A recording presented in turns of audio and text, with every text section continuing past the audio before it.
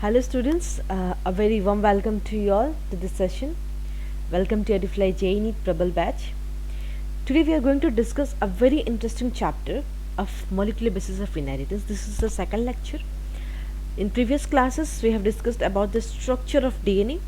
Today we are going to discuss about the nucleosome model of DNA. Okay, a very interesting chapter. I want you to see the video till the end so that you will understand the basics of how the DNA is being packaged in a cell. Okay, DNA की packaging पढ़ेंगे आज हम, right? So let's discuss this chapter.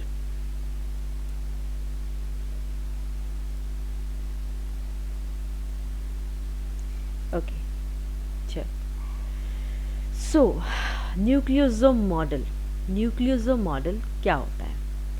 सबसे पहले हम बात करेंगे जैसे कि DNA, whatever we have discussed about the DNA, थोड़ा बहुत the review of previous class. Okay, DNA किससे बनता था? एक नाइट्रोजनस बेस था, राइट? क्लियर है? नाइट्रोजनस बेस था और शुगर था, डिऑक्सीराइबोस शुगर डीएनए के केस में, और फॉस्फेट था, right? So this three plays an important role in DNA. अब हम बात करेंगे डीएनए पैकेजिंग. ठीक है, तो the distance between to consecutive base pair is 0.34 nanometre. Okay, जैसे कि हमने डायमीटर ऑफ डीएनए जब डीएनए बनाया था हमने, DNA was a coiled structure. Okay, so what we are going to discuss in DNA packaging. क्यों हम DNA पैकेजिंग पढ़ रहे हैं? what is the reason behind that? से जब भी DNA टू कंप्लीट स्ट्रैंड है जो coiled antiparallel strand present होते हैं. ओके, क्लियर है? Antiparallel strands are present. That is if one strand run from 5 prime to 3 prime, the other should get from 3 prime to 5 prime. This is the meaning of antiparallel. अब एक cell में DNA कैसे रहता है? ये सीधा तो रहेगा नहीं, तो ये जो डीएनए है इसको पैकेज होना होगा, पैक होके ही उस सेल में रहता है. ठीक है, and that DNA packaging will result in the formation of chromosomes. Clear है? तो आज हम इसके बारे में पढ़ने वाले. पैकेजिंग क्यों पढ़ रहे हैं उसके बारे में बता दिया, राइट? तो ये जैसे कि हमने बताया था डीएनए के स्ट्रैंड्स में डायमीटर था ना, 20 एंगस्ट्रॉन था, फिर 0.34 नैनोमीटर था distance between the consecutive base pairs, right? तो अब टू कंसेक्यूटिव बेस पेयर्स जो है नैनोमीटर को जस्ट मीटर में कन्वर्ट किए. क्लियर है? तो नैनोमीटर को अगर मीटर में कन्वर्ट करते हैं तो that has to be multiplied by 10⁻⁹. Clear? और अगर हम बात करते हैं ई कोलाई की, number of base pairs in E coli, this is for information is 4.6 into 10⁶. Clear? So this is for the information DNA packaging. अब हम थोड़ा सा प्रोकैरियोट्स में बात कर लेते हैं, DNA packaging in prokaryotes. Okay, उसके बाद हम यूकैरियोट्स के बारे में बात करेंगे, लाइक हम ह्यूमंस और those animals that belongs to eukaryotes. Okay, prokaryotes that means single celled. Okay, single celled organisms में डीएनए पैकेजिंग कैसे होती है? प्रोकैरियोट्स, जैसे बहुत common example is E coli. Escherichia coli is a very common example of prokaryotes. They do not have defined nucleus. ये आपको पता है, यूकैरियोट्स में डिफाइंड न्यूक्लियस होता है, इसीलिए वहाँ पे डीएनए पैकेजिंग बहुत अच्छे से हो पाता है. This is a very common difference.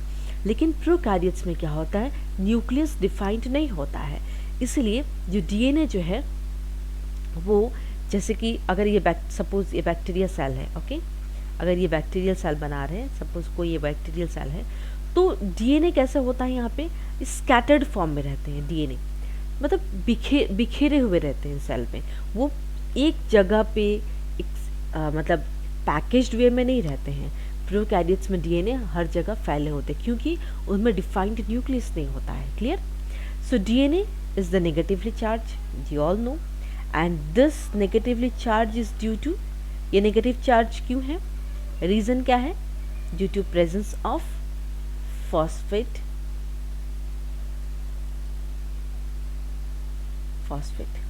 backbone. जो डीएनए का बैकबोन है वो है फॉस्फेट। तो प्रेजेंस ऑफ फॉस्फेट के कारण डीएनए जो है नेगेटिवली चार्ज होता है। That is information for you. So DNA is held with some proteins that have positive charge. DNA अगर नेगेटिव है and proteins are positive, that means unlike charges they'll attract, you all know, like charges will repel. तो DNA negative है, proteins positive है, they'll attract to each other in a region that is termed as nucleoid. Clear है? ये बात हो गई prokaryotes में। Prokaryotes में बहुत सिंपल वे में डीएनए की पैकेजिंग होती है, that is not the complicated one. Okay, अब हम बात करेंगे यूकैरियोट्स में। Eukaryotes, in eukaryotes it is carried out by positively charged proteins called histones. ठीक है, तो this is your important question for NEET exam. Eukaryotes में जितने भी यूकैरियोट्स होते हैं उनमें क्या होता है, प्रोटीन्स। देखो डीएनए तो नेगेटिव है, that you know, DNA is negative, clear. तो DNA is negative, proteins is positive, that means the both will attract and will help in the packaging of DNA. Clear है? तो उस positively charge proteins को क्या कहेंगे, histones कहेंगे। Okay, and that histones are rich in amino acid that is lysine and arginine. Important question. तो जो histone protein है, एमिनो एसिड के बारे में हम बहुत डिटेल्स में पढ़ेंगे इसके बारे में। You know amino acids are the building blocks of protein. Okay, they are the building blocks of protein. इसका मतलब क्या है,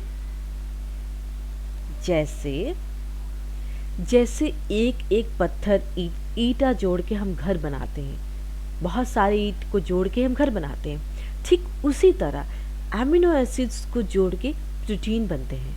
जैसे कि in nature there are more than 300 amino acids, but 20 amino acids plays a very important role in, कहाँ play करते हैं वो, प्रोटीन सिंथेसिस में। A very interesting chapter that is protein synthesis. जो 20 नेचुरली ऑकरिंग एमिनो एसिड्स है, वो amino acids combine करके different proteins, so proteins are very diverse in nature, you all know it. एक amino acid दूसरे के साथ जुड़ेगा, प्रोटीन फॉर्म करेगा। तो 20 एमिनो एसिड्स उन सब एक दूसरे के साथ जोड़ के डिफरेंट प्रोटीन्स फॉर्म करेंगे। तो that is the function of proteins.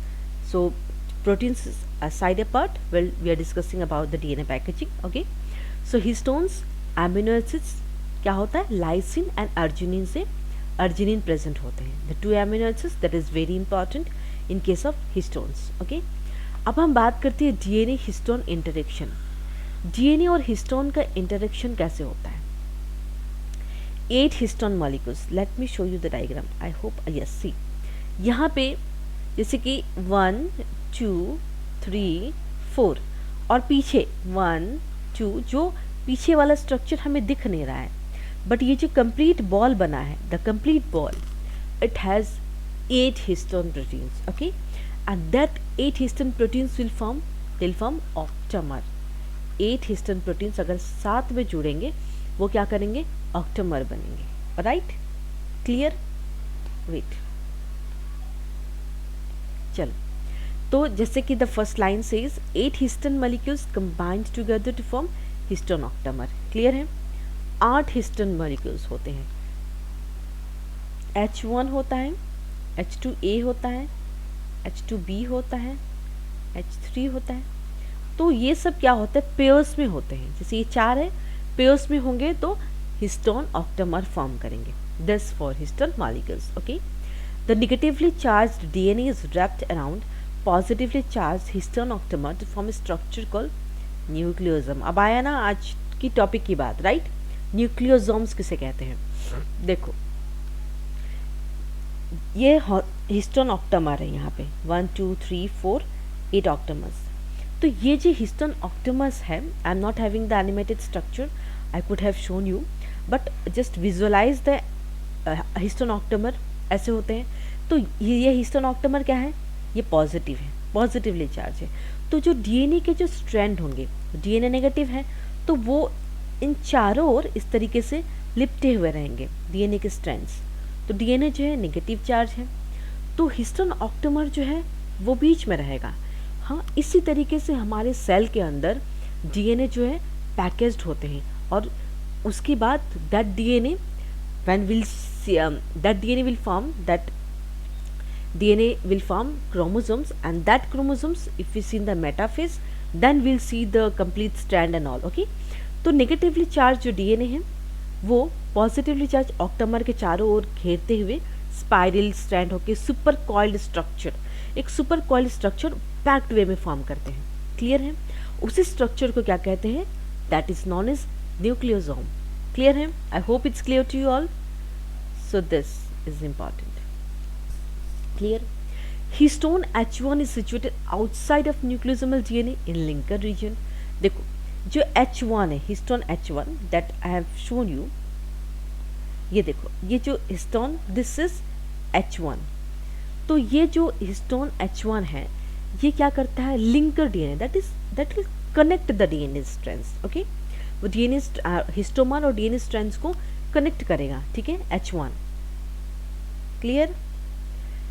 Outside न्यूक्लियोसोमल DNA कौन सा होगा? जो हिस्टोन ऑक्टामर अंदर होगा पॉजिटिवली चार्ज, और डीएनए स्ट्रैंड्स जो है कॉइल्ड फॉर्म में बाहर उसके साथ इंटरेक्शन रहेगा, दैट इज न्यूक्लियोसोमल डीएनए। और वो न्यूक्लियोसोमल डीएनए जो है लिंकर रीजन के साथ बाहर, हिस्टोन H1 जो है बाहर है, that is nothing but the linker region. Okay, nucleosomes constitute the repeating unit of structure in the nucleus called chromatin. Okay, तो न्यूक्लियोसोम्स क्या होता है? that will constitute the repeating unit of structure in the nucleus called chromatin। अब जो nucleosomes, जैसे कि मैंने अभी डिस्कस किया, न्यूक्लियोसोम्स किसे कहते हैं? तो that nucleosomes what they will do is they will constitute the repeating unit of structure. बहुत सारे स्ट्रक्चर्स जो है वो रिपीट होंगे, और न्यूक्लियस के अंदर उसको क्या कहेंगे? क्रोमैटिन। ओके, चलो, so this is about the figure of nucleosome. You can से कि कैसे डीएनए पैक्ड होता है इनसाइड द सेल। सेल में डीएनए, अब देखो डीएनए के दो स्ट्रैंड्स हैं, वो तो ऐसे स्ट्रैंड की तरह लटके तो नहीं रहेंगे, उनको पैक्ड होना पड़ेगा, क्योंकि हमारा सेल यूं ही स्कैटर्ड नहीं होता। हमारा जो डीएनए न्यूक्लियस जो है स्कैटर्ड नहीं है इन आवर सेल। ओके, चलो अब हम बात करते हैं types of histones. That is also very important for you all students. 5 types of histone proteins होते हैं। एक H1 है, H2, H2B, H3, H4। Okay, ये तो लिंकर रीजन हो गया, बाहर न्यूक्लियोसोमल डीएनए के बाहर वाले पोर्शन में है ये। और ये जो 4 है, H2A, H2B, देन H3 और H4, ये क्या करते हैं? ये पेयर्स में होते हैं, दो दो, सामने 4 रहे तो पीछे 4 रहेंगे, और उन चारों का क्या होगा? पेयर होगा, and that will form the pair. With that pairs it will form histone octamer, that is called the core of nucleosome। Clear है? So this is the types of histones and that you have to remember। NEET exam के purpose से भी, और histone octamer कैसे form हुआ वो तो जानना ज़रूरी है ना। हिस्टोन ऑक्टामर बहुत इंपॉर्टेंट रोल प्ले करता है। हिस्टोन ऑक्टामर बनेगा तभी जाके हमारा जो डीएनए है वो पैक्ड रहेगा, राइट? चलो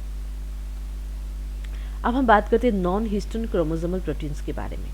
The Beardson string structure in chromatin is packaged to form chromatin fibers that are further coiled and condensed at metaphase stage of the cell division to form chromosomes। Like I have told you, जो मैंने अभी बात की, जैसे कि जो histone octamer है बाहर डीएनए जो है सुपर कॉइल्ड फॉर्म में है, तो वो पैकेज्ड होते हैं। अभी बात किया डीएनए पैकेजिंग ही चल रही है, वो पैक करके क्या फॉर्म करते हैं? That is they will form chromatin fibres, और वो क्रोमैटिन फाइबर्स जो है कॉइल्ड फॉर्म में होते हैं। इस तरीके से बहुत इस तरीके का कॉइल्ड फॉर्म में रहते हैं वो। और जब हम उस कॉइल्ड फॉर्म को कंडेंस्ड करके, अगर हम मेटाफेज स्टेज में, metaphase stage is nothing but the cell cycle. Cell cycle में आपने पढ़ा होगा, दैट इज अ प्रोफेज हो गया, मेटाफेज हो गया, this are all about the cell cycle. Anaphase, then telophase, है ना, बहुत सारे जो फेजेस ऑफ सेल साइकिल है। तो हम मेटाफेज स्टेज में क्या होता है? क्रोमोसोम्स जो है वह कंडेंस्ड फॉर्म हो जाते हैं और वो सेपरेट हो जाते हैं, याद है, स्पिंडल फाइबर्स के थ्रू अटैच्ड रहते हैं, and stage of cell division. और उसी मेटाफेज स्टेज में क्या होता है? वो क्रोमोसोम्स फॉर्म करते हैं। क्लियर है? क्रोमोसोम्स कैसे फॉर्म हुआ? बहुत इंटरेस्टिंग लग रहा है ना, क्योंकि देखो डीएनए हुआ, डीएनए सिंगल 2 स्ट्रैंड है, एंटी पैरेलल स्ट्रैंड है, फिर वो पैकेज्ड हुआ, फिर पैकेज्ड होकर मेटाफेज फॉर्म में क्या हुआ, क्रोमोसोम्स फॉर्म हो गया। क्लियर है, क्रोमोसोम कैसे फॉर्मेशन हुआ वो चीज़ भी हम जान गए आज, right. The packaging of chromatin at higher level of requires non histone chromosomal proteins. जो packaging of chromatin higher level में अगर हम देखा जाए तो उसमें नॉन हिस्टोन क्रोमोसोमल प्रोटीन्स की ज़रूरत पड़ती है। क्लियर, चलो next will talk about chromatin. Chromatin क्या है, is densely packed to form darkly staining heterochromatin. Okay, जो क्रोमैटिन है, जब ये अभी मैंने कहा क्रोमैटिन जो है अगर टाइटली पैक्ड, डेंसली मतलब बहुत ज़्यादा डेंसली पैक्ड होते हैं, that will form darkly stain, that is heterochromatin. अगर क्रोमैटिन लूजली पैक्ड होते तो वो क्या करते हैं, यूक्रोमैटिन। तो यूक्रोमैटिन जो है वो ट्रांसक्रिप्शनली एक्टिव है क्रोमैटिन के कंपेयर में, बल्कि हेटेरोक्रोमैटिन जो है वो इतना इनएक्टिव है क्योंकि वो इतना डेंसली पैक्ड होते हैं, due to that it is inactive. Okay, अब हम बात करते हैं आज का बहुत इंपॉर्टेंट टॉपिक, न्यूक्लियोसोम मॉडल हो गया completed. Search for genetic principle. Okay, तो जेनेटिक जो है, DNA is a genetic material, उसके लिए बहुत सारे साइंटिस्ट ने बहुत सारी थ्योरीज डिस्कस की थी। उन थ्योरीज को हम पढ़ने वाले हैं कि किसने DNA is a genetic material prove किया था, राइट। तो सबसे पहले बात करते हैं transforming principle. So this principle was given by Frederick Griffith in the year 1928. So he performed the experiments with Streptococcus pneumoniae. Okay, तो ये उन्होंने Streptococcus pneumoniae के साथ, this is nothing but a bacteria, तो इस बैक्टीरिया को उन्होंने mouse model में उन्होंने स्टडी किया था, बिकॉज माउस या any animal model you can से, माउस इज़ वेरी इजी, मतलब बहुत इजी होता है माउस मॉडल के साथ डील करना, और बहुत अच्छे से हम उस पर एक्सपेरिमेंट कर सकते हैं, बिकॉज उनका जो लाइफ पीरियड है, लाइफ टाइम जो है बहुत कम दिन का होता है। Within the 21 days we can get the stipulated result. So mice model is very convenient to use, you can say. So that scientist what he did is that उन्होंने mice के ऊपर एक्सपेरिमेंट किया with the help of bacteria that is streptococcus pneumonia. Okay, तो this bacterium has 2 strain. Okay, 2 strain उन्होंने लिया, 2 strain, bacteria के बहुत सारे स्ट्रेन्स होते हैं, तो उन्होंने 2 स्ट्रेन लिया। पहला स्ट्रेन क्या था, S strain, that is virulent. S strain मतलब जो निमोनिया कर सकता है, माइस में वो निमोनिया कर सकता है। एक वो लेंगे कि जो निमोनिया कर सकता है, दूसरा उन्होंने लिया जो निमोनिया नहीं कर सकता है। Okay, the first strain he took was S strain, that means that has the capability to form the disease, that is pneumonia, and R strain, that is non-virulent, that which do not possess mucilage coat and is unable to cause pneumonia. Okay, so he took 2 strain, S strain and R strain. Clear है? तो पहला strain जो है वो pneumonia करता है, S strain, दूसरा strain pneumonia नहीं करता। अब इस एक्सपेरिमेंट के साथ हम देखते हैं कि उन्होंने क्या रिजल्ट्स निकाले थे। ठीक है, Griffith injected R strain bacteria into mouse, R, ठीक है। तो आर स्ट्रेन क्या था, जो डिजीज नहीं करेगा, राइट। तो ग्रिफिथ जो R strain, resistant strain, R is nothing but resistant, उन्होंने माइस के अंदर इस स्ट्रेन को डाला, इंजेक्ट किया। इंजेक्ट करने के बाद देखा कि उस माइस को किसी तरह की कोई डिजीज नहीं हुई। क्यों नहीं हुई डिजीज, क्योंकि वो रेजिस्टेंट स्ट्रेन था और वो उस बैक्टीरिया के ऊपर कोई म्यूसिलेज, कोई कवरिंग नहीं थी, एंड दैट्स द रीजन कि वो जो माइस था वो जिंदा रह गया। First experiment is done. अब चलते हैं सेकंड एक्सपेरिमेंट क्या किया उन्होंने। जब उन्होंने एस स्ट्रेन बैक्टीरिया डाला माइस के अंदर तो माइस मर गया निमोनिया से। ठीक है, तो पहला आर स्ट्रेन से बैक्टीरिया माइस मरा नहीं, दूसरा स्ट्रेन से मर गया। जब when heat killed S strain were injected into mice, जब फिर उन्होंने क्या किया, जो एस स्ट्रेन था, एस स्ट्रेन से क्या करते हैं, बैक्टीरिया तो माइस तो मर गया, तो उन्होंने क्या किया, हीट किल्ड किया उसको, जो भी उन्होंने इंजेक्ट किया था उससे हीट किल्ड करके एस स्ट्रेन को हीट किल्ड किया, फिर उसको माइस में इंजेक्ट कर दिया, हीट से उसको मार दिया एस स्ट्रेन को, फिर इंजेक्ट किया। तब उनमें क्या हुआ, बहुत उन्हें सरप्राइजिंग रिजल्ट मिली कि जब हमने हीट इन्वॉल्व किया, ऐसे स्ट्रेन को हीट से मार दिया ऐसे स्ट्रेन को। तो जब हमने उन्होंने माइस में इंजेक्ट किया, उन्हें ये पता चला कि निमोनिया सिम्टम्स नहीं थे और माइस जिंदा रह गया। इससे उन्हें क्या एक्सपेरिमेंट को आगे उन्होंने कैसे कंप्लीट किया, राइट। थर्ड स्टेप भी समझ में आ गया। फोर्थ में क्या किया उन्होंने, he then injected a mixture of R strain bacteria that is non violent. उसके बाद उन्होंने आर स्ट्रेन बैक्टीरिया जो नॉन वायलेंट थे और heat killed S strain bacteria जो वायलेंट थे वो माइस में इंजेक्ट किया। पहले आर स्ट्रेन जो क्या था उसमें निमोनिया करने की वो नहीं थी, ठीक है। और जो हीट किल था, हीट किल मतलब हीट से एस स्ट्रेन को मार दिया था, इन दोनों का उन्होंने कंबाइन करके माइस में डाला तो माइस मर गया निमोनिया से। अब इससे क्या इन्फर करते हैं हम, देखो। तो जब moreover Griffith recovered living S strain bacteria from the dead mice, जो माइस मर चुके थे उन्होंने उससे जो एस स्ट्रेन जो वायरलेंट बैक्टीरिया था उससे उन्होंने डेड माइस से निकाल लिया था एस स्ट्रेन, ठीक है। तो अब इतने सारे एक्सपेरिमेंट्स करने का मतलब क्या हुआ, there should be some conclusion behind that, right. So what he did is that he concluded that the presence of heat killed S strain bacteria caused transformation of some R strain bacteria into virulent by a chemical substance called transforming principle. Okay, चलो अब उन्होंने ये discuss किया, conclusion उनका ऐसा था कि जब उन्होंने हीट किल, जब उन्होंने बैक्टीरिया को मार के एस स्ट्रेन को मार के जब उन्होंने माइस के अंदर इंजेक्ट किया तो कुछ ट्रांसफॉर्मेशन आया and that is nothing but the transforming principle. But अगर ट्रांसफॉर्मिंग प्रिंसिपल उन्होंने डिस्कवर किया भी, लेकिन कुछ there was something was missing in that was biochemical nature of the genetic material.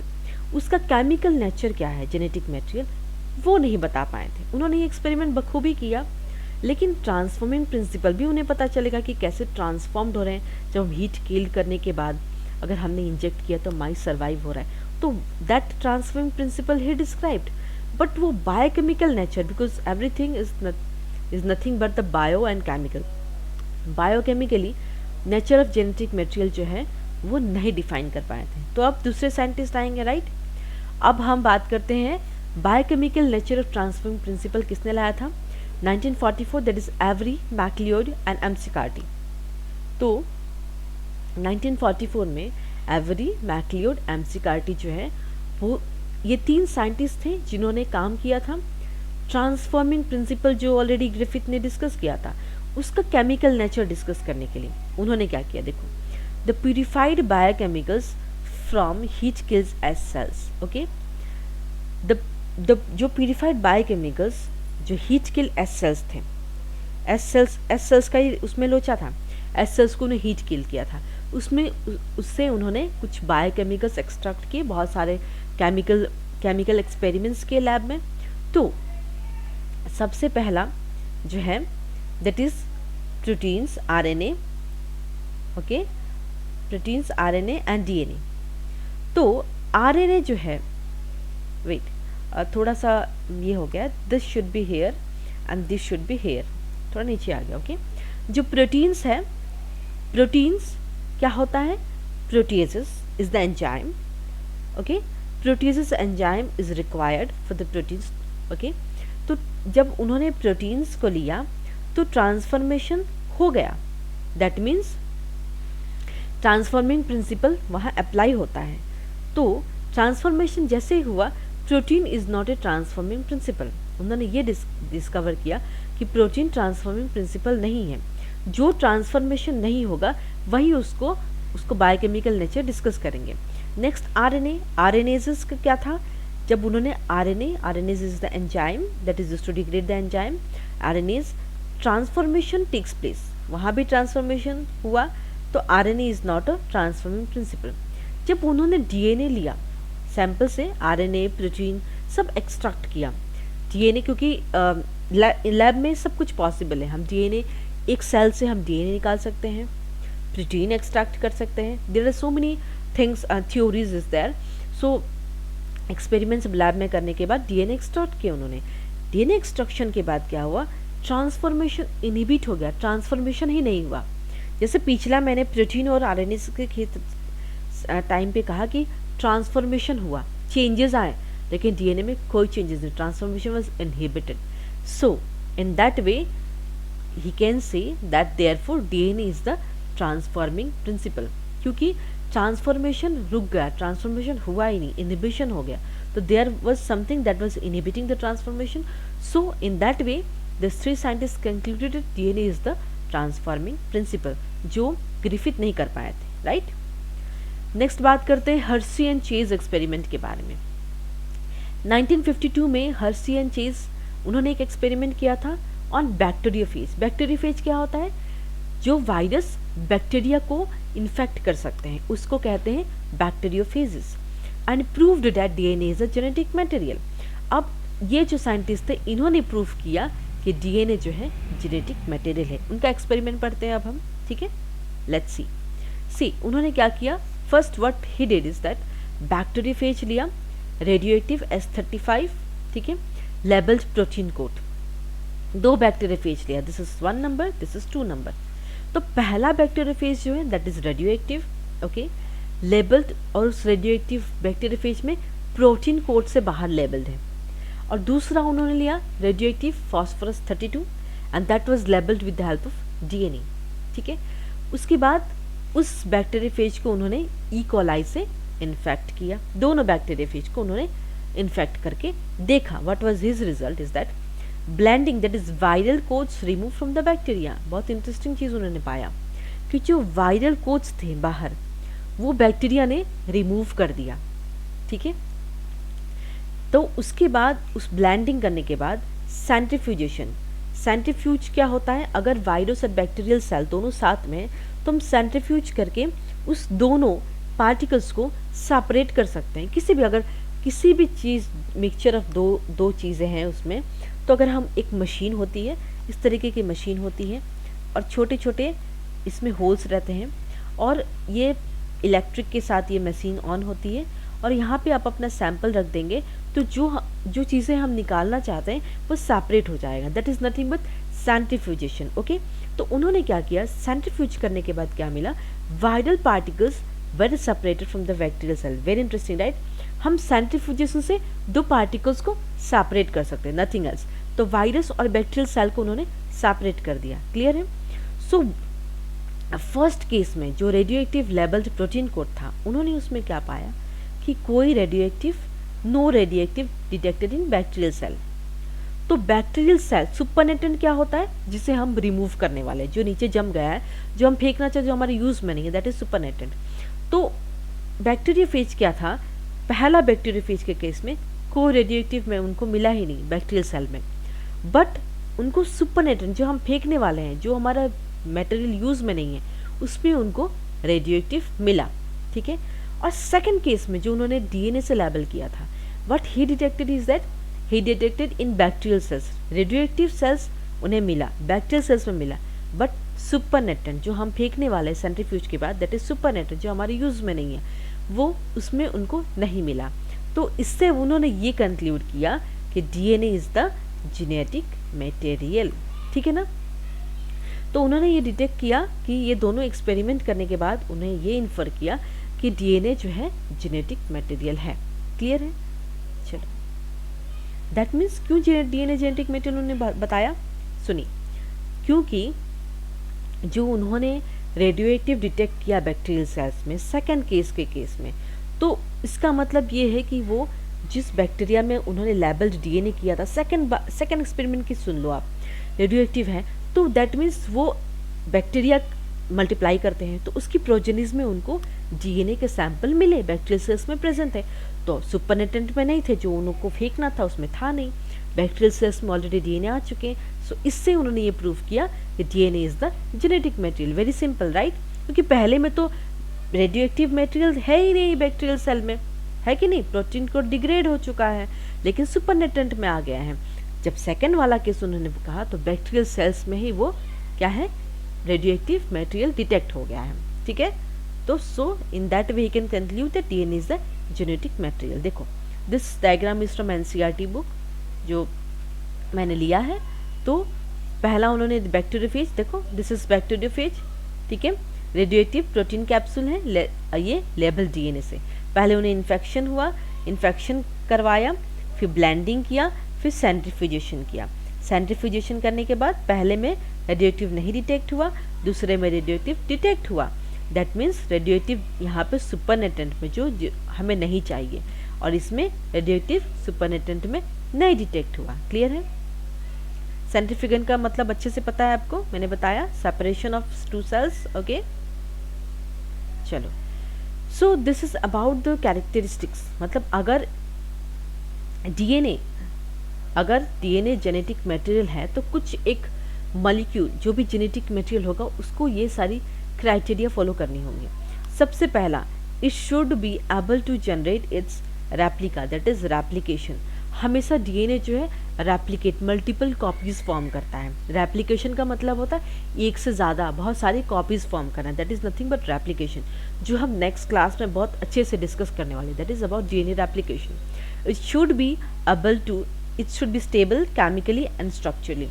DNA का जो स्ट्रक्चर है वो स्टेबल होना चाहिए। स्टेबल क्यों स्टेबल है? क्योंकि देखिए, जब हमने डिस्कस किया था histone octamer and DNA that will bind together in a cell, एक स्टेबल स्ट्रक्चर फॉर्म करेगा, राइट? और केमिकली भी और स्ट्रक्चरली भी डीएनए का स्ट्रक्चर ऑलवेज स्टेबल होना होगा।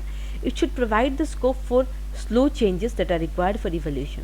और वो जैसे कि डीएनए के बारे में मैंने कहा, वो scope, DNA is a genetic material, उसी के बारे में पढ़ रहे हैं ना, तो it should provide the scope for slow changes. जो म्यूटेशन होता है, you know that mutation is nothing but the changes that is required for the evolution.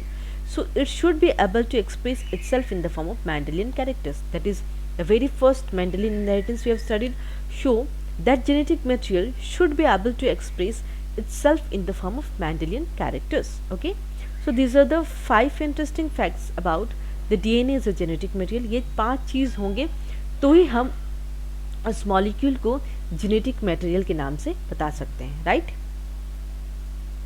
So that's all for today's class. I hope it's clear to you all. बहुत interesting था DNA packaging. हम next class में DNA replication पढ़ेंगे, right? So if you are new to this channel, kindly like, share and subscribe with your friends. Okay, so with this I'll conclude my class today. Let's meet in the next class. Thank you so much.